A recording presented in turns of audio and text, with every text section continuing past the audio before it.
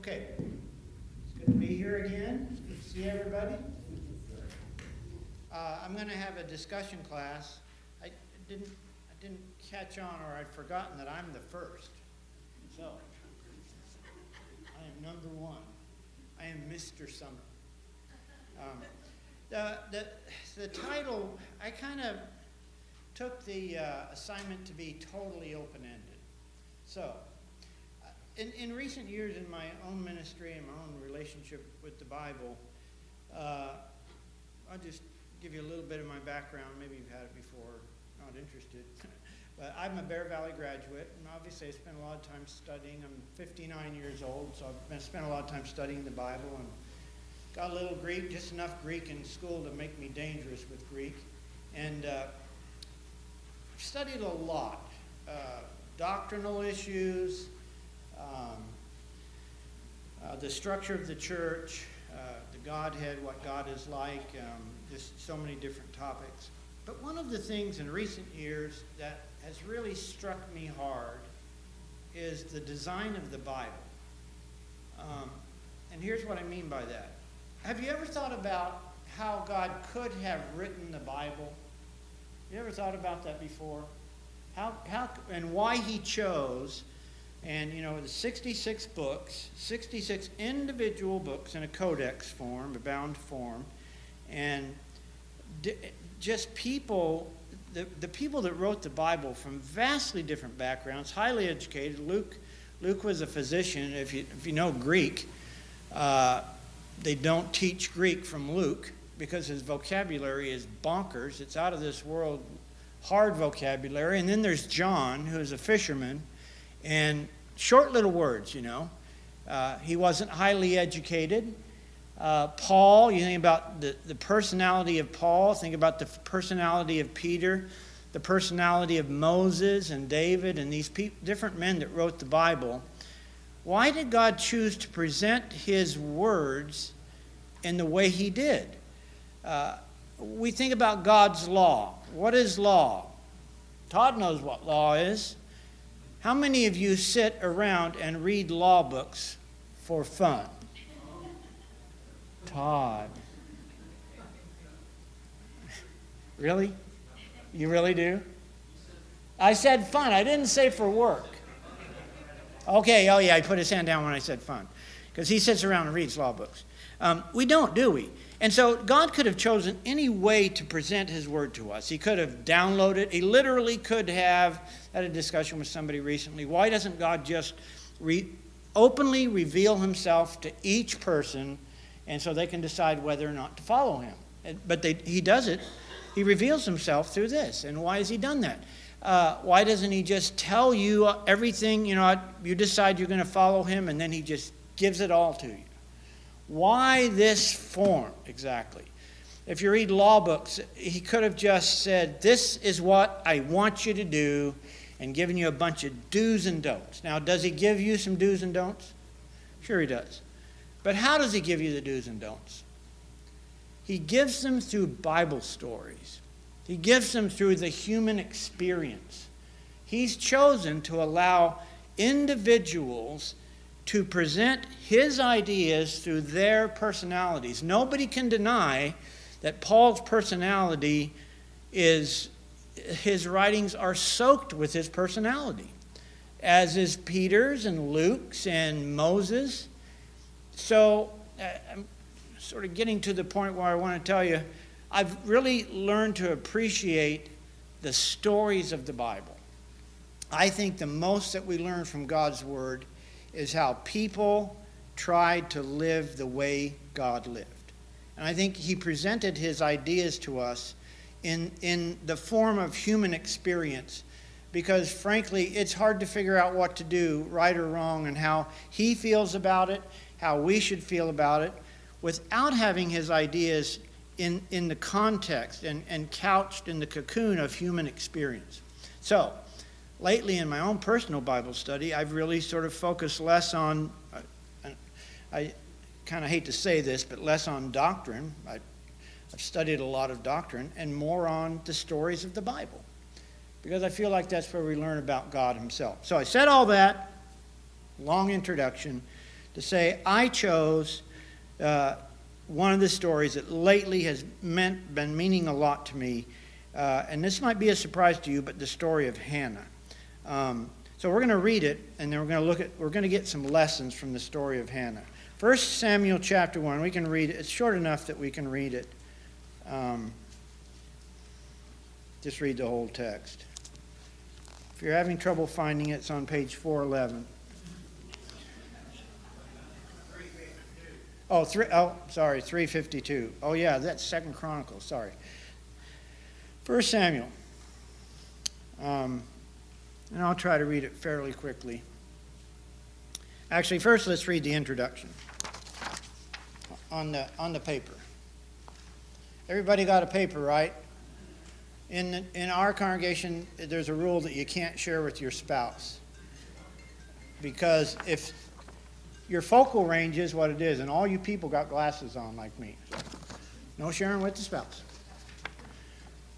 Okay, just the paragraphs, not the I've titled this lesson, The Herd of God, which of course comes from the story itself. Edgar Allan Poe once wrote, "Because I feel that in the heavens above, the angels whispering to one another can find among their burning terms of love none so devotional as that of a mother." Many a poet and philosopher has penned touching words describing the value and wonder of motherhood.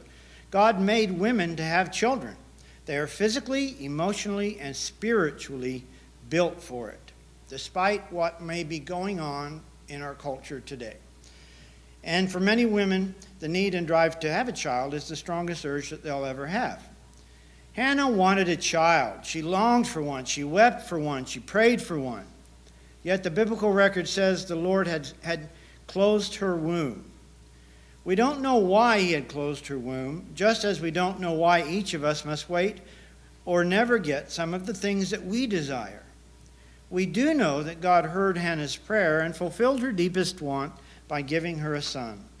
And Hannah, out of gratitude and faithfulness, would devote that boy to the service of the Lord. The story of Hannah is one of bitter sorrow, faithfulness, and profound joy. It's a narrative of patience, integrity, and praise. It is a picture of a woman who was wholly devoted to God no matter what the difficulties or sorrows she bore. Okay, so let's read the story, 1 Samuel chapter 1. There was a certain man of Ramathaim, Zophim, of the hill country of Ephraim, whose name was Elkanah, the son of Jeroham, the son of Elihu, the son of Tohu, the son of Zuph. Any of you name your kids Zuph? I always liked that name. The Ephrathite. He had two wives. The name of the one was Hannah, and the name of the other was Peninnah. And Peninnah had children, but Hannah had no children. Now this man used to go up year by year from his city to worship and to sacrifice to the Lord of hosts at Shiloh, where the sons of Eli, Hophni, and Phinehas were priests of the Lord. On the day when Elkanah sacrificed, he would give portions to Peninnah, his wife, and to all her sons and daughters. But to Hannah he gave a double portion because he loved her, though the Lord had closed her womb. And her rival used to provoke her grievously, to irritate her because the Lord had closed her womb. So it went on year by year. As often as she went up to the house of the Lord, she used to provoke her. Therefore Hannah wept and wouldn't eat. And Elkanah, her husband, said to her, "Hannah, why do you weep? And why do you not eat? And why is your heart sad? Am I not more to you than 10 sons?" He shouldn't have said that, should he? We'll talk about that more later. Verse 9, after he had eaten and drunk in Shiloh, Hannah rose. Now Eli the priest was sitting on the seat beside the doorpost of the temple of the Lord. She was deeply distressed and prayed to the Lord and wept bitterly.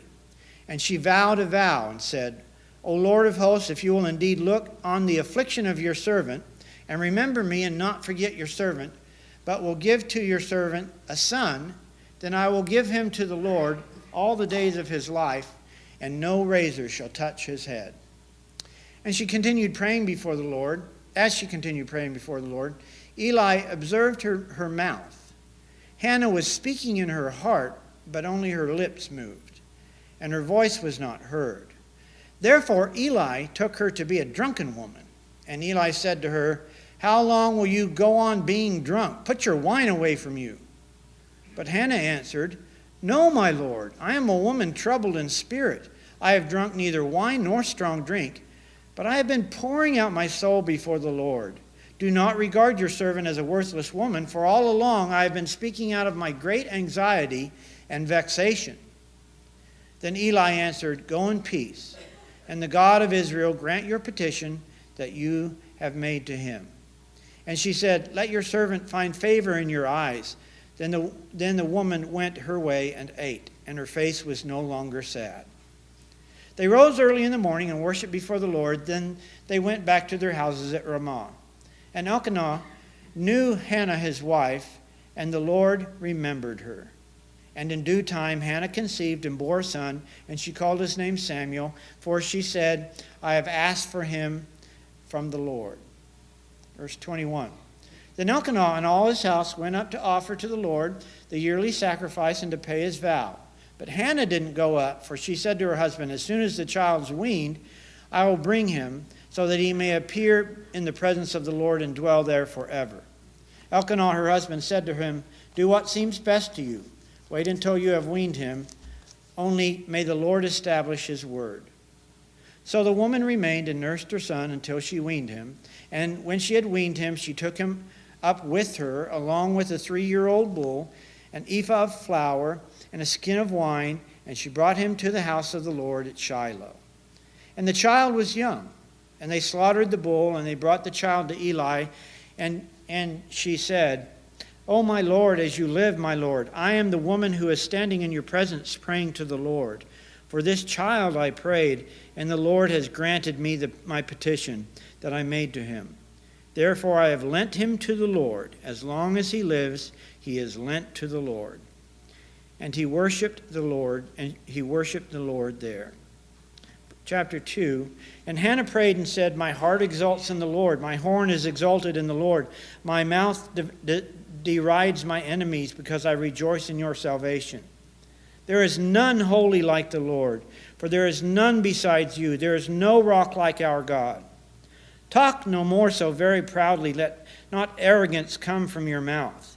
For the Lord is a God of knowledge, and by him actions are weighed. The bows of the mighty are broken, but the feeble bind on strength. Those who were full have hired themselves out for bread, but those who were hungry have ceased to hunger. The barren has borne 7, but she who has many children is forlorn. The Lord kills and brings to life. He brings down to Sheol and raises up. The Lord makes poor and makes rich. He brings low and he exalts. He raises up the poor from the dust. He lifts the needy from the ash heap to make them sit with princes and inherit a seat of honor. For the pillars of the earth are the Lord's, and on them he has set the world. He will guard the feet of his faithful ones, but the wicked shall be cut off in his darkness. For not by might shall a man prevail. The adversaries of the Lord shall be broken to pieces. Against them he will thunder in heaven. The Lord will judge the ends of the earth. He will give strength to his king and exalt the horn of his anointed. Then Elkanah went home to Ramah, and the boy was ministering to the Lord in the presence of Eli the priest. Okay, let's look at some lessons. Skip the outline. That was just for information. And this is a discussion class, by the way. I'm not used to being so far away from everybody, and there's not a lot of background noise, so you'll have to yell if you want to say something. Or you can speak softly to the person next to you who's capable of yelling. Number 1, in the Old Testament times, God tolerated polygamy. God now demands that he has always wanted, one man for one woman for life. Actually, we just talked about that, didn't we? In Kids Sing. I've often wondered why God tolerated polygamy in the Old Testament, because we know his pattern, and what we say in Kids Sing is absolutely true. And if ever there was a time when we needed to get it into our children, it's now. One man for one woman for life. That is God's way. And you think about it, doesn't this story kind of illustrate that? It's complicated enough with Autumn. Right, Autumn? Much less having 2 or 3 wives. There's certain sects of sects, S-E-C-T-S, sects of a certain religion that still practice polygamy, and wow, it's not what God intended, though, is it? Number 2, a woman's desire to have a child is a godly one, but some women can't have children. God doesn't take away all of our physical problems, since we live in a fallen world through our physical bodies, though our physical bodies are not perfect, and it can cause us grief when they are hurting or not working as they should. And if you are a woman that's been in that situation, I'm a man, so I'm sort of saying it vicariously through women I've known that have had a struggle. It's a natural thing for a woman to want to have a child, physiologically. And in the introduction, I mentioned physiologically, emotionally, and spiritually. It's fulfilling to have a child.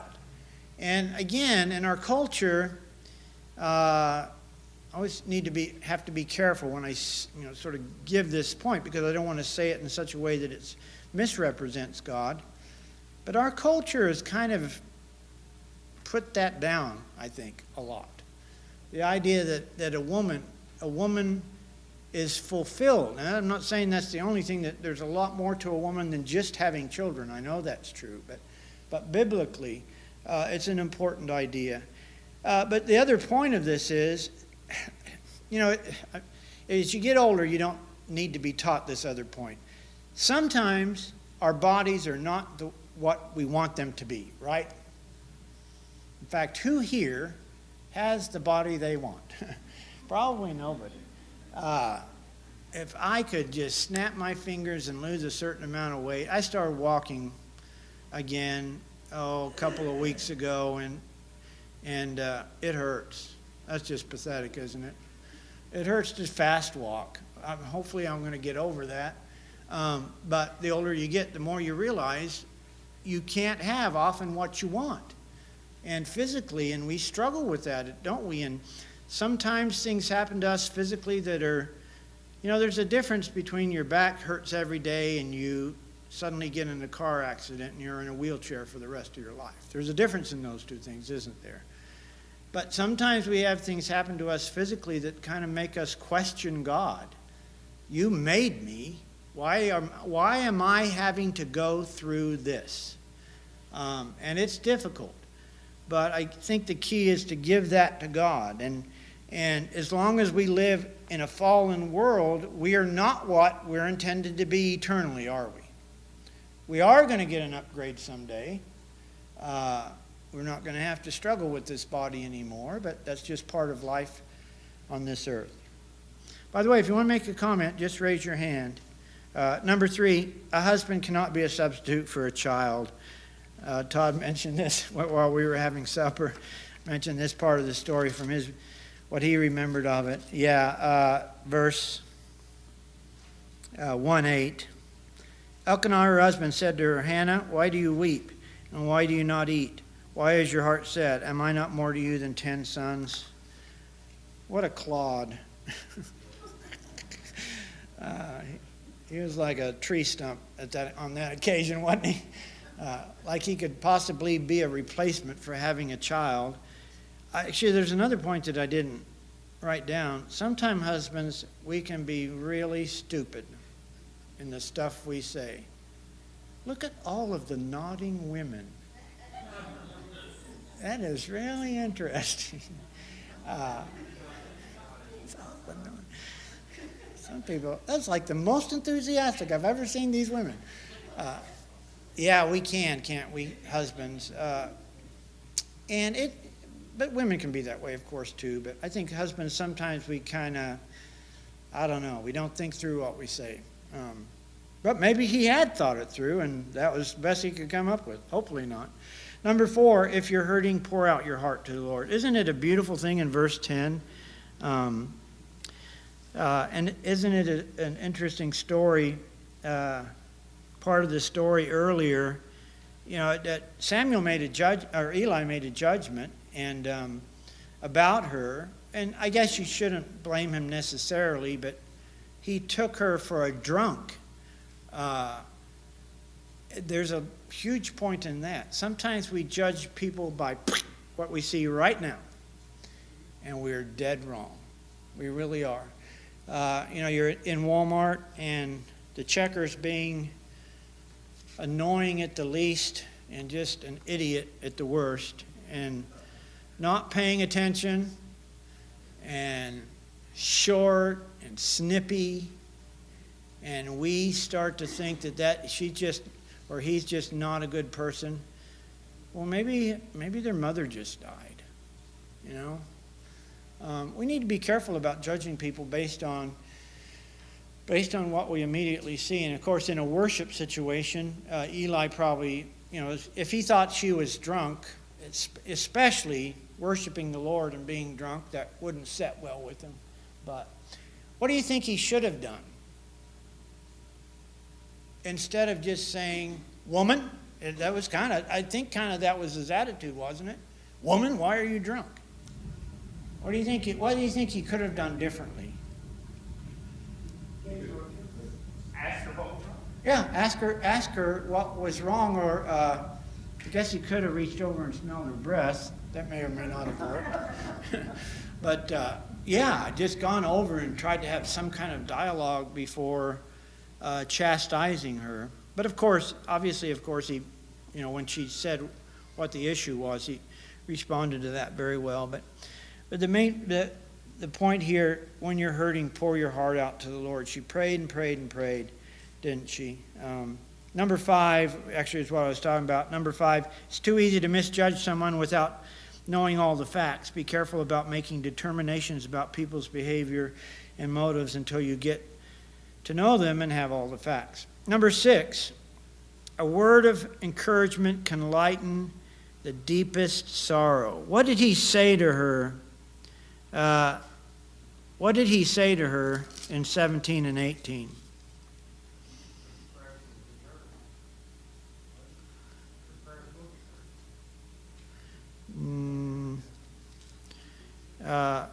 Sort of.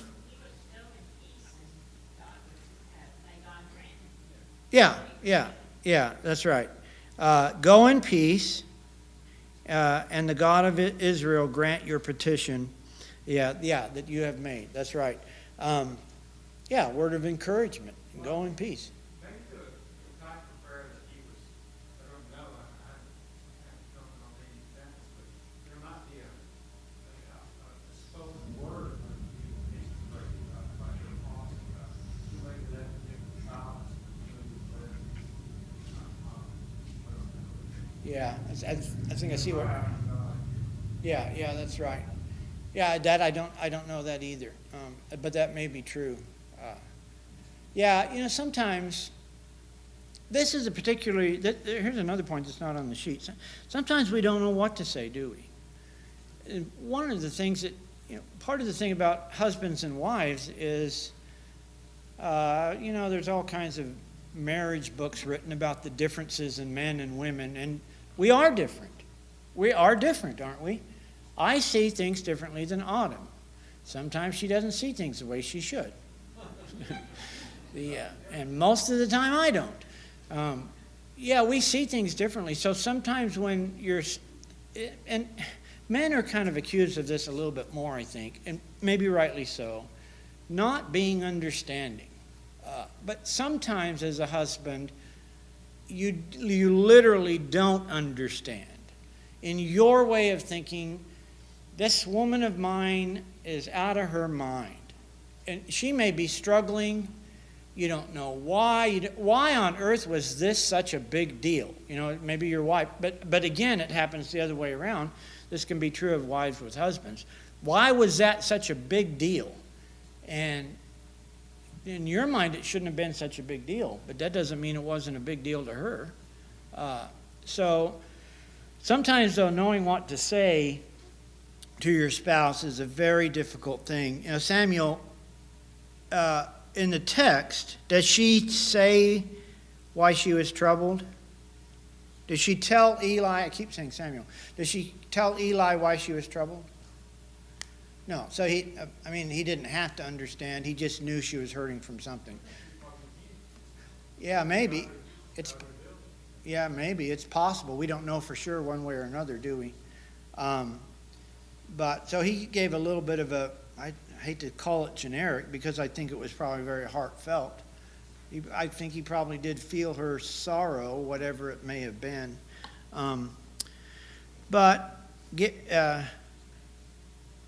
Think about it. When somebody around you is hurting, think before you speak and find a way to give them some kind of encouragement. One more thing about that. Sometimes when we hear of people's troubles, all we can be focused on is trying to fix it. And that's especially in the husband-wife situation, but for everybody, that's not necessarily what they're wanting. They don't want you to come up with solutions. They just want you to be sympathetic. So be sympathetic as Eli was to her. A lot of people, when they tell you something that's troubling, stop and pray. Exactly. We have a. That's exactly right. We have a fellow in our congregation that's very much, he does that. And I really appreciate that about him. I think a lot of times I'm very careful to say this in the editorial we, not necessarily you. Sometimes, though, we have institutionalized prayer to the point where just personal prayer with each other, we don't do that very much, and we don't think to do that very much. And I think that is a good thing to do. Number 7, just as we should pour our heart out to the Lord when we are in sorrow, we should also pour our heart out to Him in praise and thankfulness for the good things He's done. And what a beautiful prayer in chapter 2. Man, a lot of times when we get what we want, that's the end of it. And we beg and we ask and we need it and we want it and we ask God and we get it, and that's it. We don't say thank you to God. And she very eloquently said thank you, didn't she? It was a prayer of hers. It was a very eloquent prayer to Him. One of the things that she did in her prayer was, not one of the things, the main thing here is what? What is the main thing she's doing in her prayer? Looking at the words, what are those words? What is that? What is she doing in her prayer? Yeah, exactly. Yeah, she's praising Him. She's not just saying thank you, but thanks and praise are hand in glove, aren't they? Because you're thanking God, but you're also telling Him, wow, you're great. You were the one that was able to make that happen, right? So don't just say thank you to God in your prayers. Tell Him how much you admire Him for His willingness and ability to give you what you've desperately asked for. Exactly. Yeah. It wasn't just for her personally. She was praising Him for being a God who takes care of others as well. Yeah, that's exactly right. Number 8, sometimes our heart's desires may be granted, but it'll take a while for God to bless us with what we want. God knows what we want, but more importantly, He knows what we need and when we need it. Faithfulness means we trust Him to do what is best for us, whether we understand it or not. Let's actually read the Romans 8 passage, Romans 8:26. It's a familiar passage with most of you or all of you.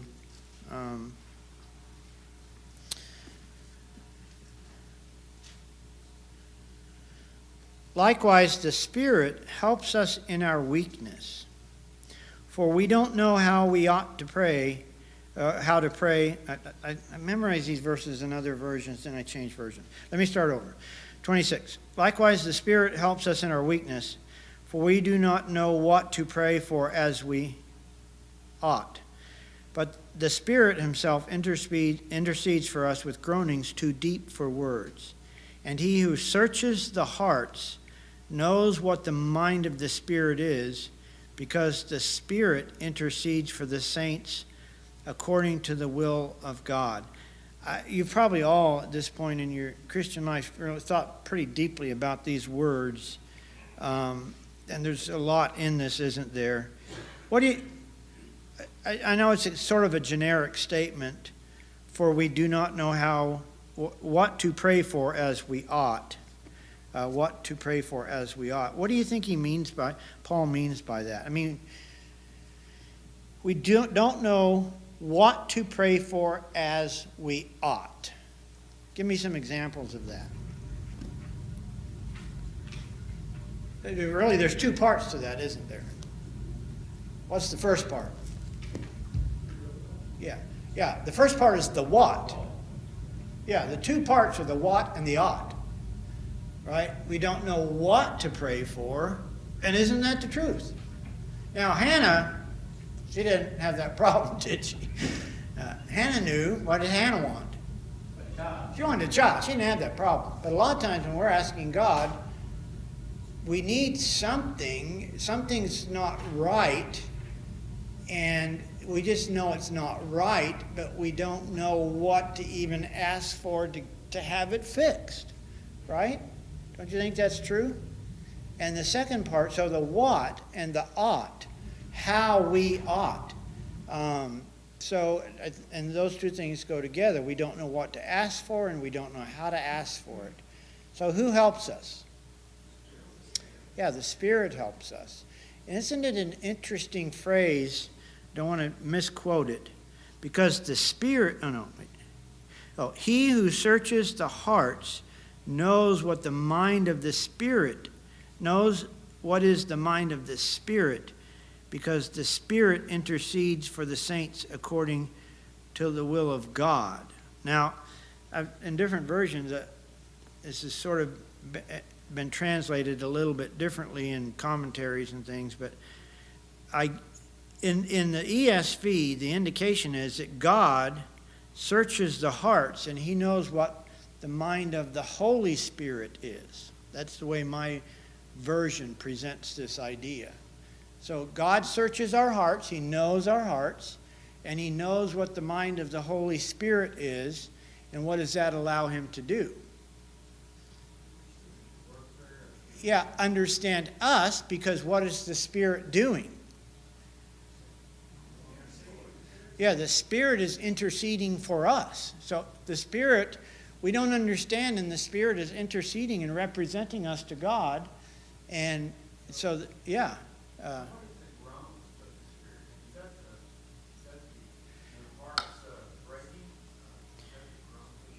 Yeah, I looked that up not that long ago, and I already can't remember exactly what the Greek word is, what the word is.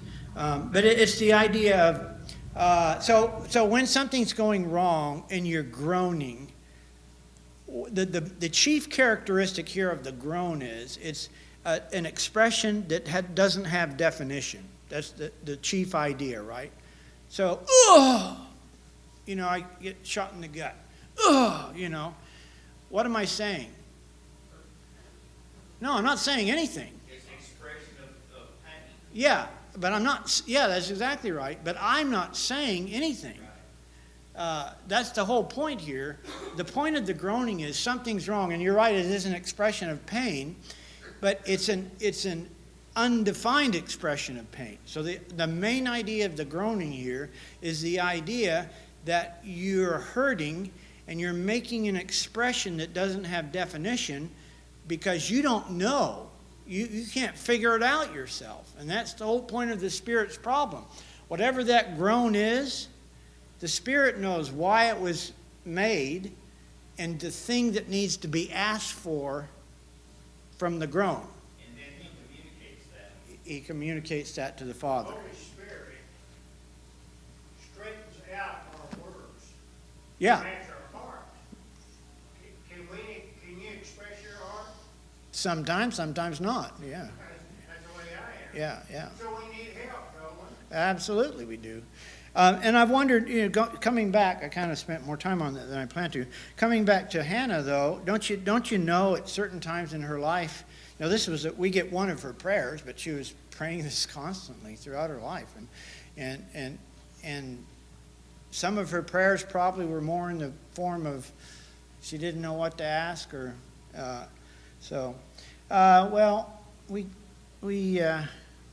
I'll just quickly read 9, 10, and 11. For many, faithfulness is contingent on God giving them what they want or they feel they need. True faithfulness is about trusting Him, worshiping Him, and following Him in dark times as well as good times. You don't get the impression from Hannah that if you don't give me a child, I'm not going to worship you anymore. For one thing, this went on for a period of time, and she didn't stop worshiping Him, did she? So, you might think it's something you need, but maybe it's not. Maybe, and sometimes the things we think we need are actually going to be a detriment to us spiritually. So if we're going to ask God, what should it always end with? What? I told you. Maybe whisper it to your husband. He can yell it. I'm sorry, I couldn't. Yes, exactly.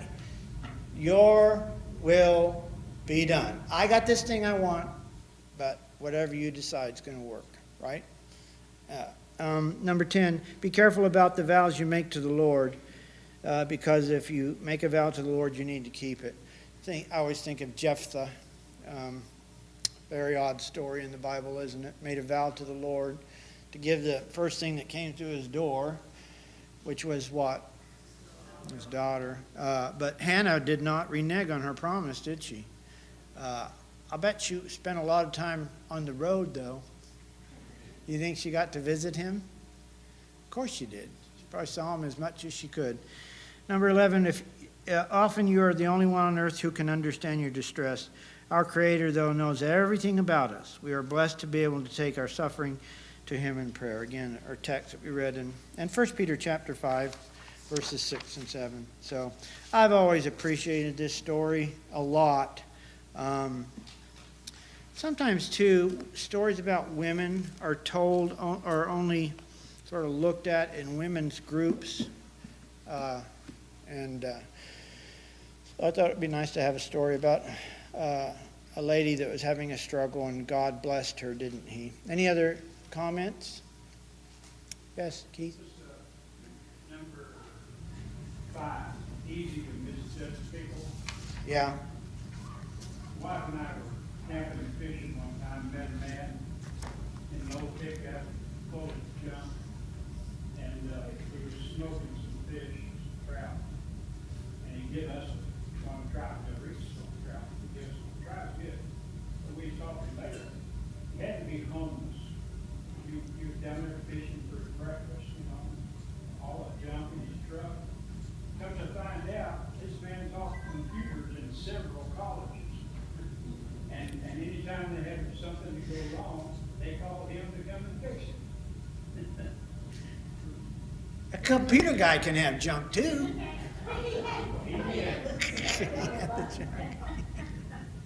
Oh, yeah. It's like the old Walton fella, is it Sam Walton? The story's always told that he drove an old pickup truck. I bet he was misjudged a lot. So.